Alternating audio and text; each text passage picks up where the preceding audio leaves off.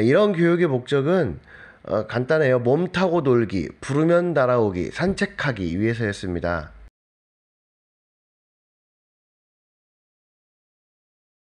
안녕하세요. 팥빙 수의사입니다. 저는 작은 동물만을 진료하는 닥터미니 전문병원에서 개, 고양이를 치료하지 않고 팥빙수만큼 작은 동물만을 진료합니다.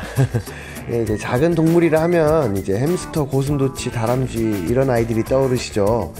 저는 그 중에서도 하늘다람쥐 전문의입니다.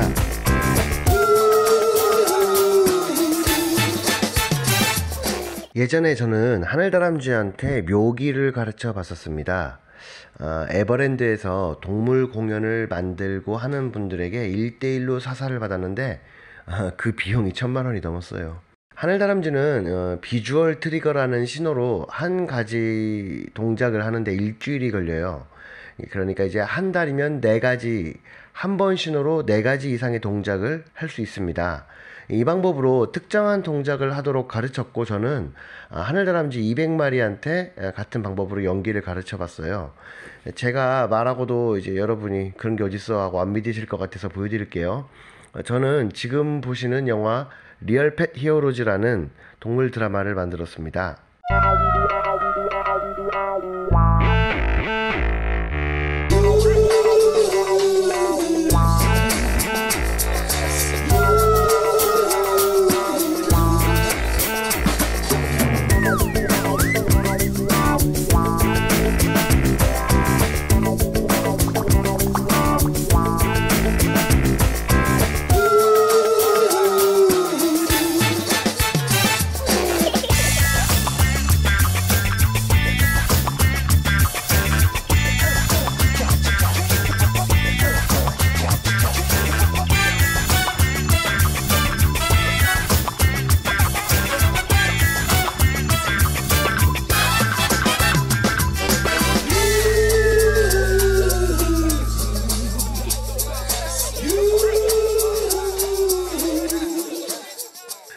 저 영화의 장르는 미니어처 세트 위에서 동물이 직접 연기하는 리얼 펫 드라마라는 장르입니다.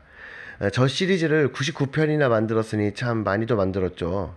암튼 저 때에는 하늘다람쥐의 교육은 저렇게 어질리티를 가르치는 것이라 생각했습니다. 제가 영화 만드는데 필요했었으니까요. 그런데 이제 시간이 지나다 보니까 생각이 달라졌습니다. 저 교육은 영화를 만들 때는 유용한데 사람이 실제 하늘다람쥐를 집에서 키울 때는 별 의미가 없었습니다. 사람이 하늘다람쥐를 키울 때 필요한 교육은 솜밥, 창밥, 통밥, 엉밥, 텐트놀이, 후드놀이 등입니다. 이런 단어들이 무슨 말인지 생소하시죠? 나중에 설명을 드리겠지만 솜밥을 제외하고는 제가 처음으로 만든 말들이어서 그래요. 애착이 있어서 제가 만든 거니까 이제 사실 상표권까지 막 등록한 이런 교육법의 명칭이긴 한데요.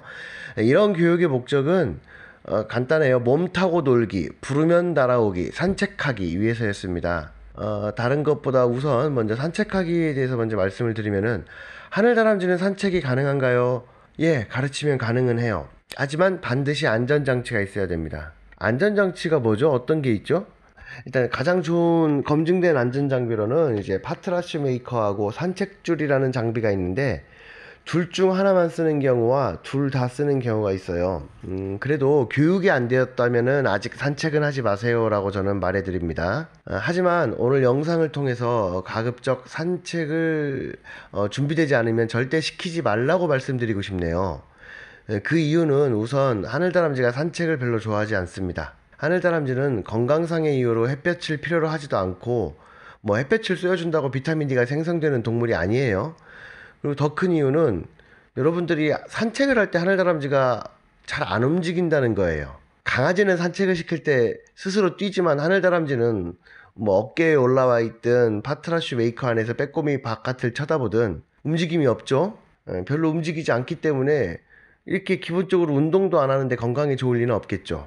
하늘다람쥐는 좋아하면 계속해서 움직여요. 오히려 별로 안 좋아하면 가만히 쳐다봅니다. 이제까지 산책하는 영상이나 사진을 보면 하늘다람쥐는 늘 어떤 주머니 같은 구조 안에 몸에 붙어서 움직이지 않고 바깥을 쳐다보고 있었죠. 신기해서 바깥을 구경하기 때문에 행복할 거라는 생각은 사람의 상상이지 실제 하늘다람쥐가 좋아하는 건 아니에요. 그래서 하늘다람쥐 입장에서 생각하면 별로 필요가 없습니다. 그리고 천에 하나 만에 하나 돌발 상황이 생길 수 있기 때문에 반드시 안전장치를 사용해야 해요. 산책은 사람이 좋아하는 것이지 하늘다람쥐가 좋아하는 것이 아니기 때문에 고양이 같은 천적이 튀어나오거나 아니면 사람이 보지 못하지만 하늘다람쥐 눈에만 보이는 위협이 있을 수 있기 때문에 이런 상황에서 하늘다람쥐가 본능적으로 안전한 곳으로 도망갈 수밖에 없는 이런 일이 생기죠.